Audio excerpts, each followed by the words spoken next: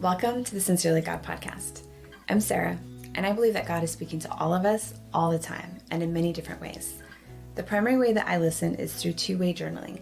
And on this podcast, I share excerpts from my journaling time with God, which are really inspirational messages spoken from the perspective of God to you. I'll talk more about what two-way journaling is and explore other methods which may be helpful for you to listen to God in your own unique way. I'm just an ordinary person who gets to hear from an extraordinary God, and I believe you can too. Thanks for joining.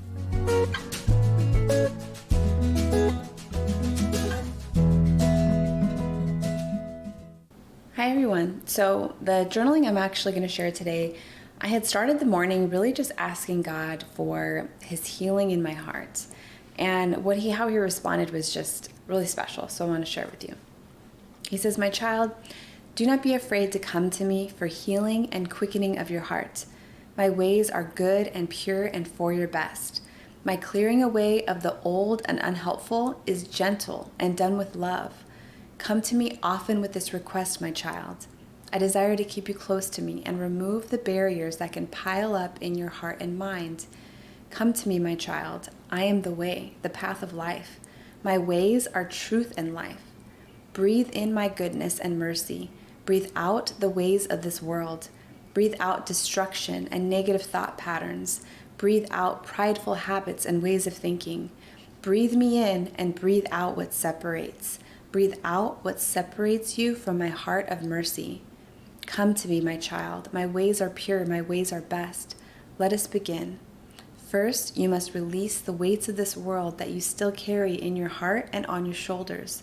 These are not my burden for you. Let them go. Release them at my feet. Let me provide what is necessary. Let me light the way. I will use you to speak truth and life to my people. Do not be concerned for the duties and tasks you think are yours to hold. Release them to me. I say it again, release. Start each day with open hands. Do not jump into work tasks without a second thought to my plans for the day. Ask me what my will is. Ask me what I have prepared for your day. And then set aside any worry or concern for what you had expected for the day. Release, my child. Ask for my help. I know this is difficult for you, but I am here to provide. I am with you and will help you. Ask for my help. Seek me in this. Seek me and see how I will provide. Be open to new ways of doing, new ways of living and working. My burden is light, and it is specially designed for you and this season. When I place someone on your heart, pray for them. Speak to them on my behalf. Receive whatever gift I have prepared and share it according to my instructions. Let this be your burden, your role and responsibility. One person at a time, one word at a time. Ask and receive and share and let go. Do not hold any responsibility for their response. Simply share what I give you and move on to the next. This is my will for you, my child. This is the way and path I prepared for you at this time." So a little context of when I had this word, what was going on in my life at this time. So I actually skipped over a little bit. There's a part in the middle of this where he's saying, release your burdens, release your worries. And I had a little bit of a back and forth of what do I release? And he's telling me I don't need to tell you. And the first thing was just, I carry the responsibility of my job and the department that I manage and the tasks and all of that. And so a lot of the second half of this is him kind of responding to that of, yes, we have jobs and we have responsibilities, but his way is better. There is a way of going about this life where we do everything with him. And so he says don't just jump into your day, right? We tend to create our own task list, to-dos that we need to get done, whether that's just, errands and chores around the house or projects and tasks at work.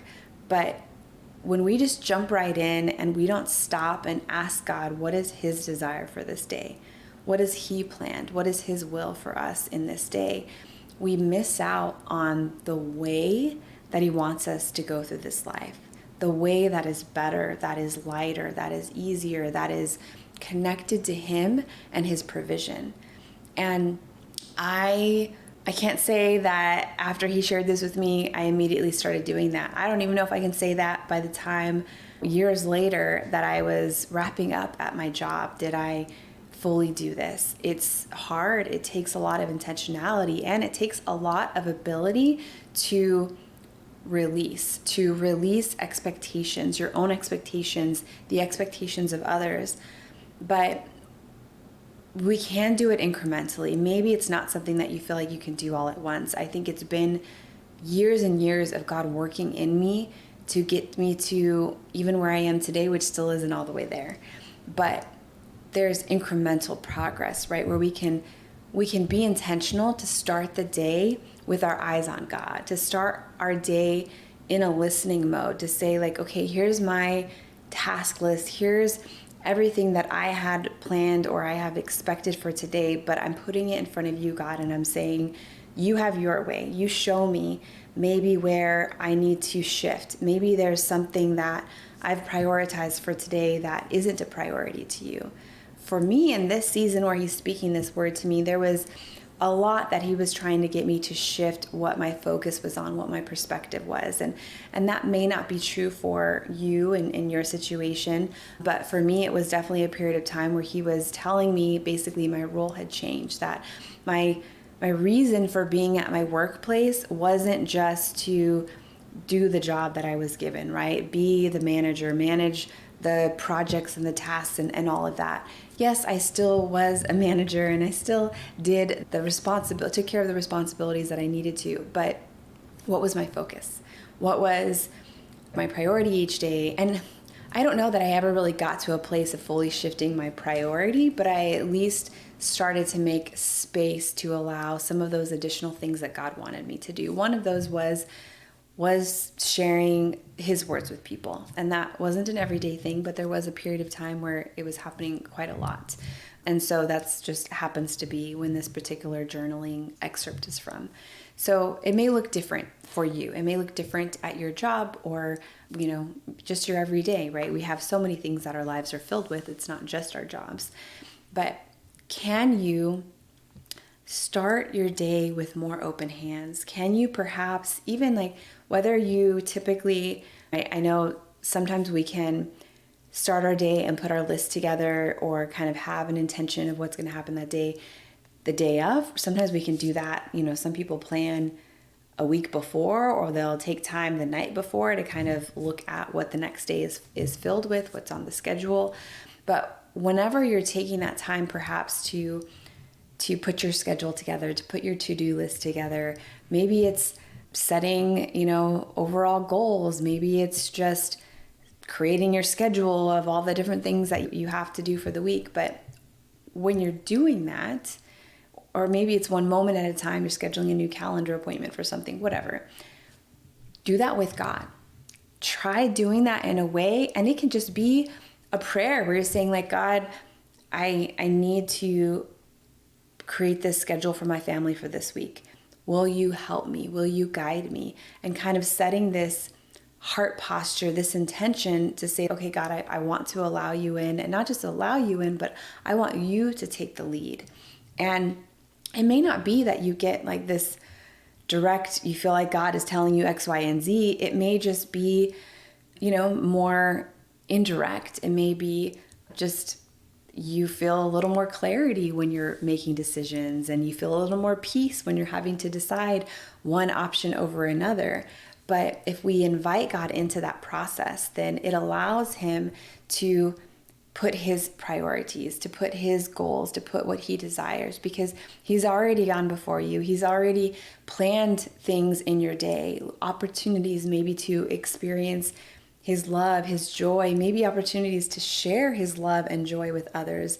And if we're too caught up in what we think we need to do and what we want to accomplish, and it's more of this busyness, then often we can miss out on things that God has desired to give us. I think this world that we live in, especially the at least the American culture that I live in, it's so busy. It's so full of noise. There's so much go, go, go, and there's not enough space for stillness and just having a buffer, having time between tasks, right? Instead of okay, we're gonna go from this to this to this to this, but to create space and to honestly have space where you haven't planned anything.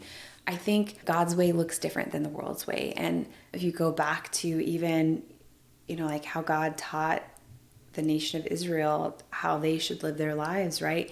Sabbath was super important. Not only did they have one day a week that was supposed to be set aside for like rest and stillness, but they had every seventh year and every 49th year. Like there were so many things that were built into the rhythms of the way that they lived.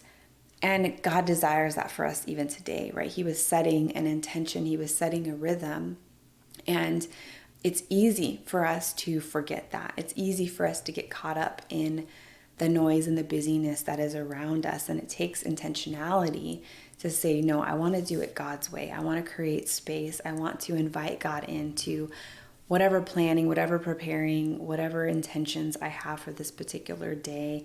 And sometimes I think that's also, it's being willing to kind of be last minute. And for me, I know some people like that's their natural. Like everything is always last minute or just in the moment. For me, that is not my natural. I am a pre-planner, and it's taken an intentionality to let things go and to allow God to kind of maybe, shift something in the last minute. And Chris kind of almost allowing that space in myself of maybe it's not even something that God is like directly telling me, but just allowing that aspect of myself to exist, right? Like my primary may be to pre-plan, and there's good with planning, but there is also a part of me that can enjoy doing something last minute.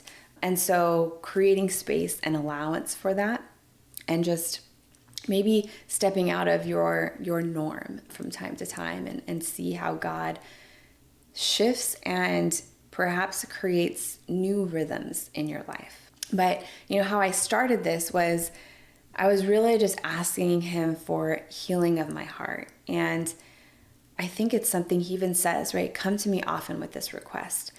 We live in a broken world. We face stuff every day, whether that's driving on the freeway and somebody cuts you off, or your boss says something negative to you, or any number of things, right? We're being bombarded with stuff every single day that honestly, it hurts our hearts. Even if you dismiss it or think that it's not impacting you, there's things that can actually still have an impact even if you're not being directly aware of it. And so this idea of coming to God really every day, maybe it's the start of your day, maybe it's the end of the day, but just saying like, God, heal my heart. There were things that happened today, big or small, that were maybe not for my best. And so allowing God to come into that space. And he says, I desire to keep you close to me and remove the barriers that can pile up in your heart and mind. This has been such a truth for me, where I feel like my overall healing journey has really been about removing these layers. And those layers are, right, barriers around my mind and my heart. Maybe it's beliefs, whether it's, lies that I've believed about myself, things that people have spoken over me, or the way that people have treated me that have created this perspective or just belief in my mind that isn't true. And that becomes a barrier to God's best for me. That becomes a barrier to how I can purely connect with him, really how I can purely connect with myself, my authentic self, right? When you have all of these layers that get built up, they become a barrier to your own self. Maybe it's you think you need to act a certain way, you're trying to meet the expectations of others. That's a barrier. And it can be in our mind, but it can be in our heart. And so when we come to God and just say, like, do your healing work, even if you have done tons of, heart healing, heart work, you've gone to therapy, you've done inner healing, you've done all this stuff to like undo, or, remove these layers from childhood trauma, et cetera, et cetera, et cetera. You're still living in this world every day. And so you still have opportunities every day to have more of those layers pile up again. And so having this be, back to that rhythm of life, right? Having this be a normal thing where you're coming to God and you're just saying like, God, I ask for your healing, and creating that space. And maybe it's something that he's going to speak to you directly. Maybe it's something that you won't even have a conscious awareness, but you're just kind of soaking in his presence, whatever that looks like for you, right? I talk about stillness can look so many different ways. Maybe that's listening to music, worship music, or classical music, or just whatever speaks to your own heart. Maybe it's walking in nature, whatever it is for you, but taking that time for that with an intentionality of just inviting God in. And I've had moments where there's certain things that God has shown me that are, call it practices or methods, that I can get into his presence. And that is, sometimes it's speaking in tongues, or, singing a praise and worship song, certainly kind of a stillness and kind of quieting my mind. But I've had moments where I've gotten into these methods of just trying to be in his presence, and where I know healing is happening. I might even get emotional, but I'll have an awareness that there's some kind of healing happening, but it never actually hits my conscious mind. I don't actually know what the wound is, what the hurt is, what the layer or barrier that's being removed is, but I know it's happening. And so just having that intention to set aside time. It may not be every day, maybe it's once a week, maybe it's once a month, but being able to be intentional, because we're always going to have stuff that's piling up. Even if you've healed from old stuff, there's always new stuff that comes. And then I love how he says, breathe in my goodness and mercy, breathe out the ways of this world. That even that picture of breath. And so maybe you don't have, maybe you have a very busy time. Maybe you've got small kids and you don't have a lot of time for a quiet stillness. You can be intentional in your breaths to say, God, I breathe you in and I breathe out the ways of the world. I breathe in your love, your mercy, your joy, your peace, and I breathe out fear. I breathe out negative thoughts, negative feelings. And you can do that any moment of any day, right? And there are, there's research studies of even just the impact that your breath has. And you can take these kind of slow, restful breaths, and that will have an impact on your entire nervous system. It will help calm you. And so if it is something, perhaps you struggle with anxiety or something, or you find yourself in an anxious situation, you can actually just in a moment tune your awareness to just your breathing, to take slow inhales and exhales, and have this kind of intentionality of, I breathe you in, God, and I breathe out everything that is making me anxious, everything that is not for my best. And you can just create some type of mental image of what that looks like, of this breathing in and breathing out. I mean, you can picture as if you're breathing in, maybe you have a particular scent or smell that you love, the way that it smells. Imagine breathing in that smell, and then you can imagine breathing out smoke, or just some picture of what the negative thing is that you're breathing out. So that's just something that I think is a call it more practical way. Sometimes I tend to talk about things that can be a little bit more hard to understand, hard to imagine. And so tying some practical methods, I think, is helpful. So I just encourage you, maybe take time this week to have a moment, and maybe it's only 5 minutes, but take time to tune your awareness to God. God is as close as your heart. God is as close as you.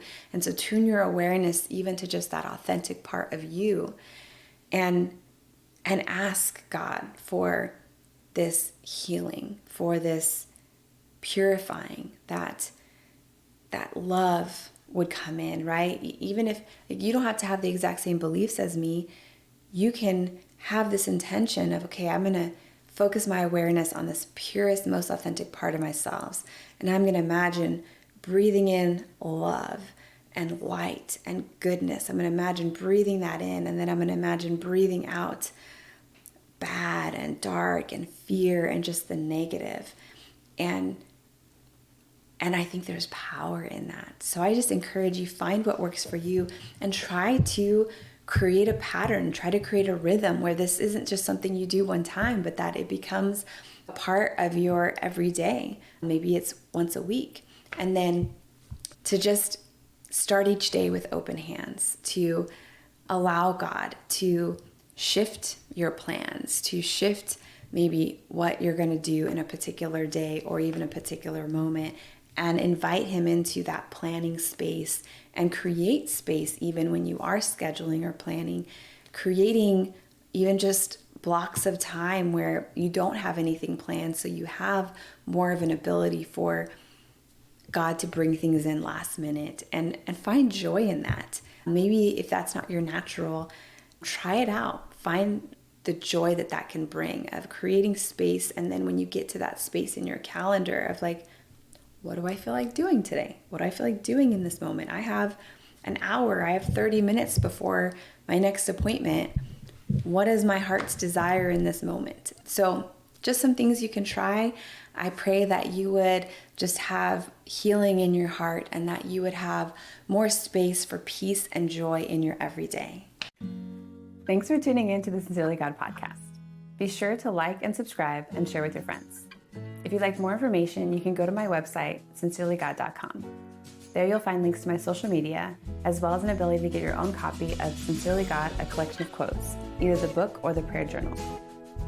Until next time, keep listening to how God is speaking to you. It's all inside you, waiting to be